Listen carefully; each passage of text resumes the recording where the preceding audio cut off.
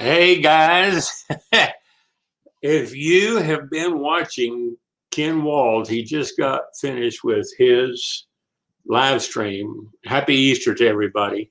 Uh, Eastern Orthodox Easter uh, starts a month from now. But I just wanted to do a real quick reply and shout out to Ken, to Ken Walls, and let him know that no, I am not giving up on the dream. I might be 68 years old, but I'm not pushing up daisies. How do I change my uh, my profile? I haven't figured out how to edit. Oh, there it is. I say edit name and just take out my title and say, hey, woo, there it is. No, I just wanted to send out a real quick shout out to Ken and let him know that, no, I have not given up the dream. But I knew he would say that. I knew if I asked the question that he would say something like, hey, if you're not taking a dirt nap, or you don't stop living the dream until they throw the last shovel of dirt on you. And even then, you still have dreams, okay? Even then, okay, you're not going to be doing away with your dreams. Ken, if you got my invitation I sent you in private messenger, I know you got work to do. Maybe we can share a screen and I can help you with the PowerPoint. That's my strong point.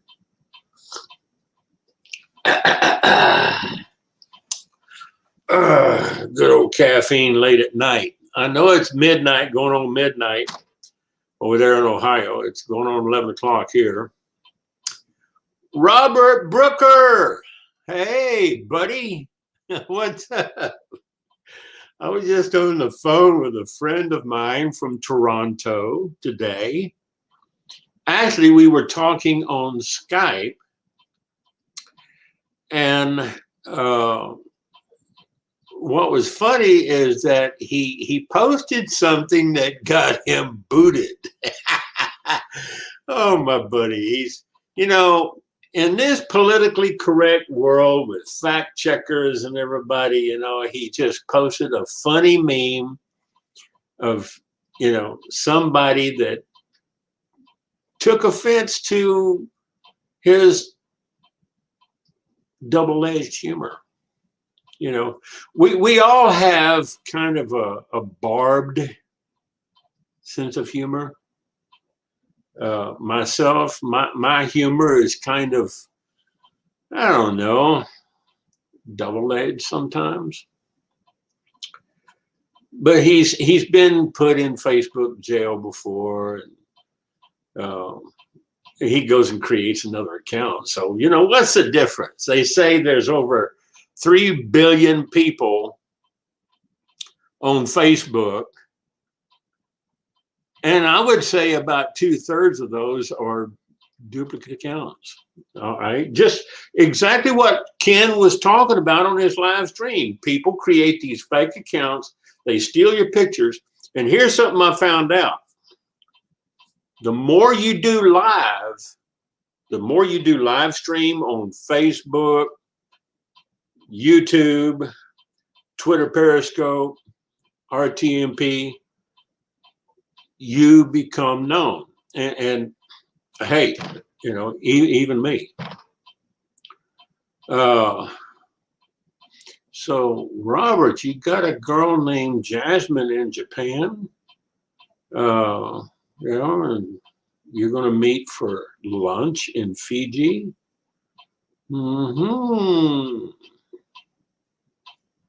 That sounds like a nice little lunch. Pray tell. You're gonna have to fill me in on that. I've been known to before. I can imagine you doing that, Robert. I can just imagine you taking a plane to Fiji or Japan and then doing lunch. Yes. I work with a couple of guys that went to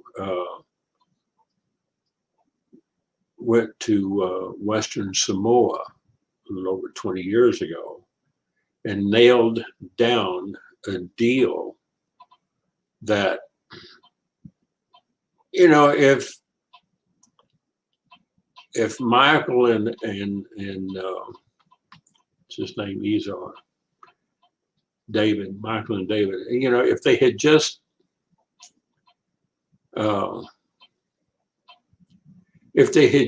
brought in $15,000 a month or 15,000 new members, you know, in a year or 3 years' time, the king of Samoa, of Western Samoa, would have been just peachy happy, you know.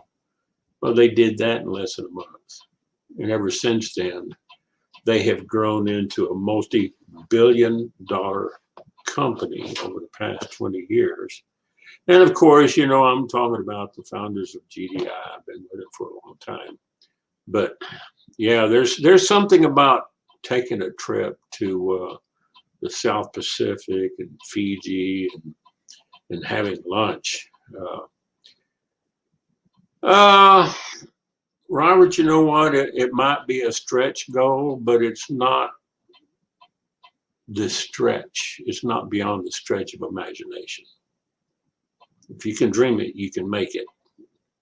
If you can dream it, you can make it happen. Okay. And that's what I did yesterday. I went to go meet with a client yesterday. And then when I got home, I got back here into my back office and I ordered up a real nice thank you card, nice to meet you, and a couple of gourmet brownies to send off to him with the Mailbox Power Pro program. I was introduced to the Mailbox Power by Tom Ginn, and our friend Ken Walls uses that. He's also in Mailbox Power. And my buddy Rick Gomez down in El Paso, Texas, he's also in MVP, and I didn't know that until he told me. Well, Robert, you know what? I hope it does. And I hope, you know, for your happiness, that lunch may run into lots of lunches and lots of dinners, you know, with some beautiful lady to keep you happy for the rest of your life. Yeah, might as well be happy. You're going to send her a box of brownies or a box of chocolates. So, Robert, are you in Mailbox Power? Did Tom or Ken get you into that? Because I tell you what, that's a heck of a business builder. It really is. It really is. And I've got to order some of those custom mugs. I really do. I've got to order some.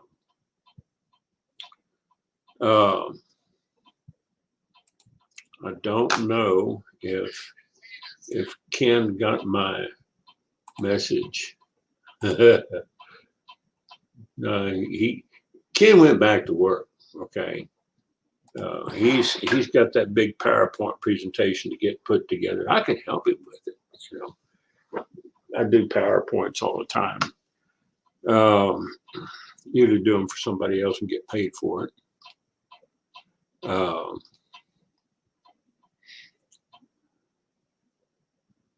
Well, let's see. You wouldn't put that on her. Well, who knows? You never know. It could turn into something.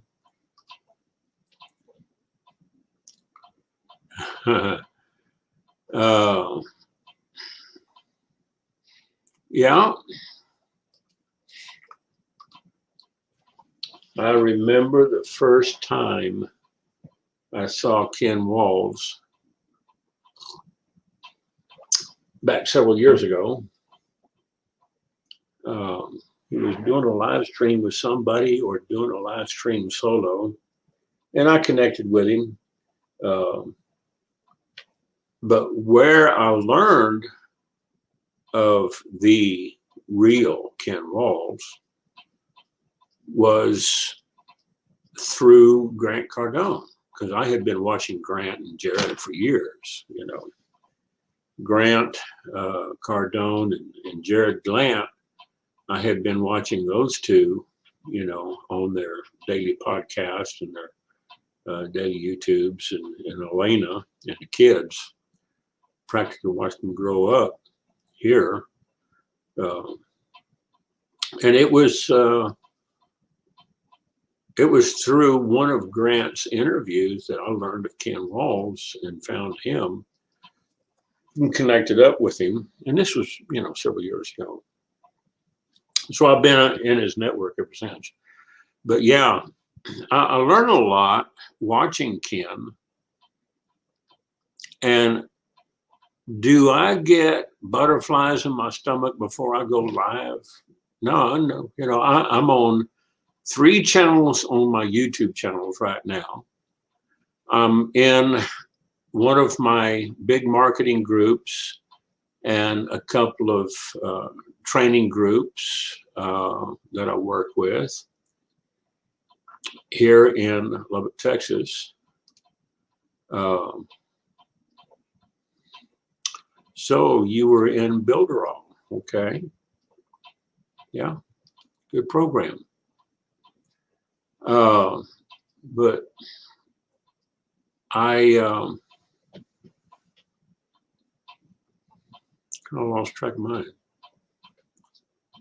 You know, when you get my age, you just, you know, it just leaves.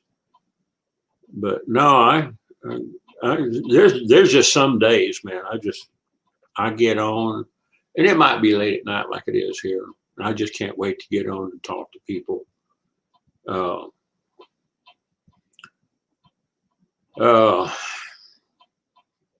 sometimes I just get on here by myself, you know.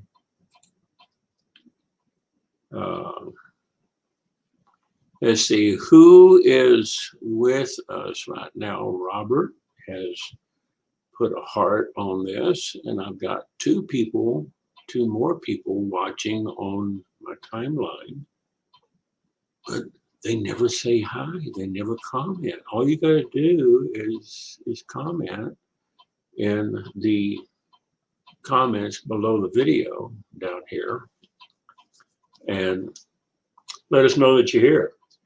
I am live, and I wanted to, like Ken, I wanted to say Happy Easter to those of you who are celebrating Easter today. It is almost the end of the day. Joan Anton, I'm so glad that you could say hi and stop by.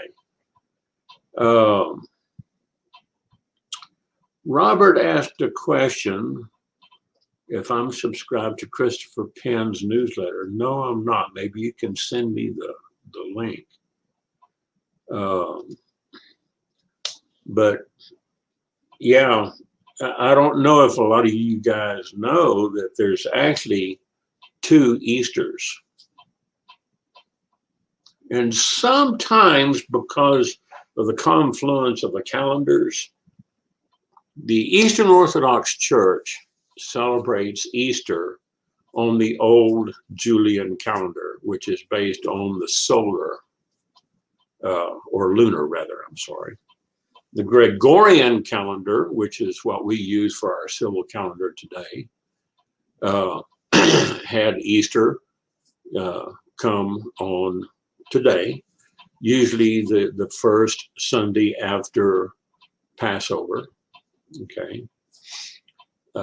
But because we're on a lunar calendar, or the Julian calendar, There have been times that the separation of dates has been as big as 4 to 6 weeks. Well, this year, the Eastern Orthodox calendar comes next month on the 2nd, exactly 4 weeks from today, on April the 2nd. Okay. And that is, in Greek, it's referred to as Pesach. Not Pesach, but Pascha. Pascha for Paschal dinner, Pascha. Pesach is the Hebrew for Passover. And Easter, the term Easter, we get that from a Latinization of a word that was used in the King James scriptures on the book of Acts. They used the word Easter in the translation into the King James English, when it had always been referred to as the Passover before in other translations.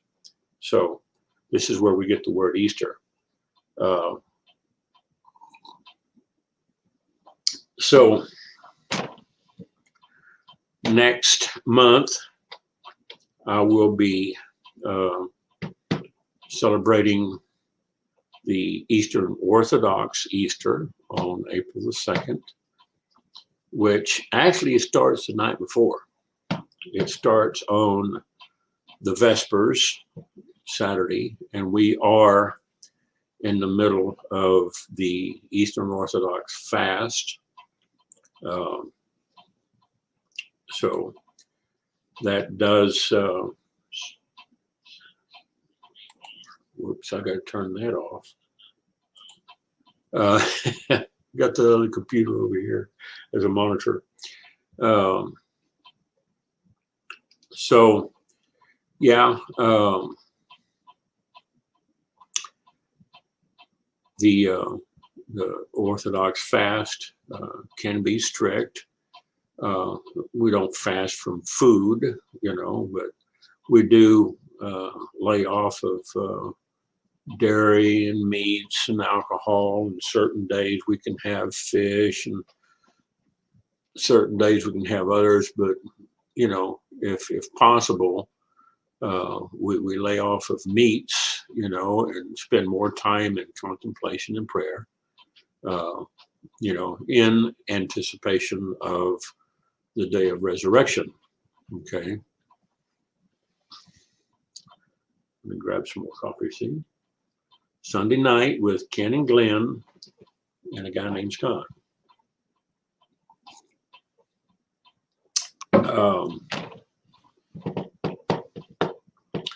So if you get a chance in your neighborhood, in your city, look around for a Greek Orthodox or a Russian Orthodox or a Serbian Orthodox, and go visit on the Saturday before, on, what is this, April? We're in April. It's May the 2nd, I'm sorry. Let me look and see here. Eastern Orthodox Easter of 2021, Sunday, May the 2nd, okay? So this is April the 4th. So next month on May the 2nd, it's Eastern Orthodox. Now, that is Sunday, and that's usually when they do the what they call the agape service on Sunday morning. But Easter is celebrated at night, so it'll be on the Saturday night before, so that will be on Saturday, May the 1st. Saturday, May the 1st. If you want to see what an Orthodox Easter is all about, go visit. They're not, contrary to having visitors who are not Orthodox. Go to an Eastern Orthodox church. It might be Greek. It might be Russian, Serbian. It might be Antiochian. It might be a different ethnic group, but you know, you'll definitely find it different than what you've ever experienced anywhere else. I used to chant in a Eastern Orthodox church. I used to work at the Psalterion with the deacon and chanters and the cantors. And I wasn't all that fluent in Slavonic and Russian, but I could do the English. And I could do the Spanish and the Italian. And I could even do Latin on some of the readings on the Agape Sunday, you know, where we would read through some of the gospel readings in different languages. I could do the Portuguese. I could do the Spanish and Italian and the Latin. And I would kind of make a stab at the French and the German. I wasn't all that great at French and German. I think I hurt the French and the Germans' ears when I tried to speak their language, or even read their language. You know, I think I hurt their ears. You know, the French would say, "Ah, sacre bleu, ferme la bouche. Please, you know, stop." Because my French was not all that great. I remember the first time I heard the Paschal chants was in Arabic. And what a lot of people don't know is that in Lebanon and parts of Arabia, long before Muhammad came along in the 7th century, the area that we know as the Middle East, parts of Lebanon or Arabia, where you were either Jewish or you were Christian or you were pagan, okay? One of the, you know, animistic religions of that region. So it was interesting, you know, the first time I heard a service in Arabic was in Tripoli, Libya, because they, under the king, before the revolution of Gaddafi, they had Jerusalem Patriarchate churches there and Alexandrian Patriarchate churches there, parishes of the two patriarchates, and their services were done in Arabic. I don't do Arabic no more. I've forgotten a lot of my Arabic, but I can still do some in Greek. I always found the phrase "frère monsieur" amusing to say. I don't know what "frère monsieur" means. That must be French. Fripe monsieur. You're going to have to translate that one for me, Robert. I'm telling you, I can't, you know. Fripe monsieur was like ferme la bouche. That means shut your mouth. That's what they always told me. Please. In Spanish, they would say, cállate. I don't want to hear you. But in Arabic, I always knew what uskut meant. Uskut meant,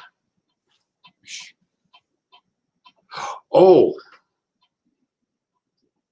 I can't put that up on the screen, Robert.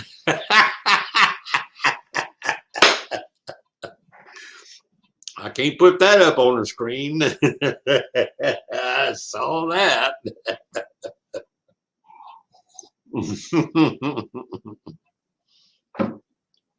Yeah, well, I can imagine now. It kind of makes sense. Oui, monsieur.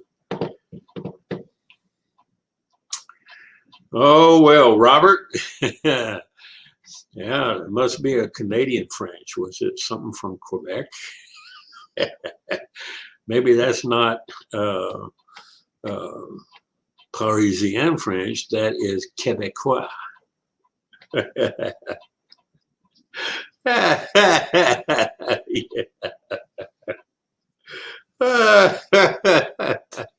Oh, well, yeah. If anybody else is watching the comments on this, they'll see it there, but I can't put it up on the screen. If they're on my timeline, they might see it. But anyway, happy Easter to all of you. And another 4 weeks, celebrate the Eastern Orthodox Easter, which falls in line with the Julian calendar. And you want to see what a Eastern Orthodox Easter looks like with all of its majesty and the music. Find one of the ethnic Orthodox churches in your area. Might be Greek or Russian.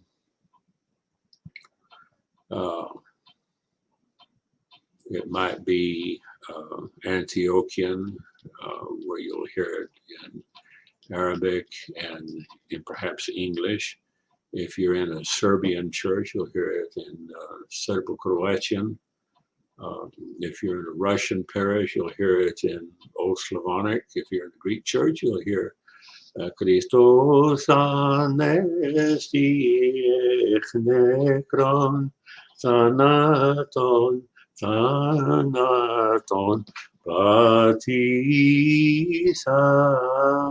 ketis etini mazi zoin charisameno.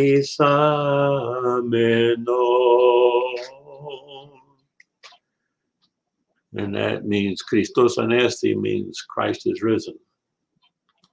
So happy Easter, Christ is risen. This is Resurrection Day. And since it's late, it's after midnight in the Eastern time zone, I'm going to say good night. And I would say, yes, I did find that Akkadian a bit amusing. Speaking of the Akkadians, I used to live with people down there in Louisiana who spoke Cajun French, like Cajun. They didn't speak that French, Parisian French. They said, we speak good French down here, I guarantee. Good night, Robert. Good night, Joan. Good night to all who've been on this call. Happy Easter and have a good week. And next month, Saturday, we'll have Easter. Samuel Sneed, yes, he is risen. Check out the Chosen series on chosen.tv. We will do that, Samuel. Thank you. We'll definitely check that out on the chosen.tv.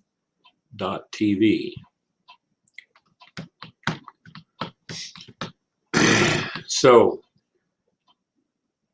this is 28 minutes going 29, and I'm going to call it short and say good night to Joan and to Robert and Samuel, and we'll see you on the next one.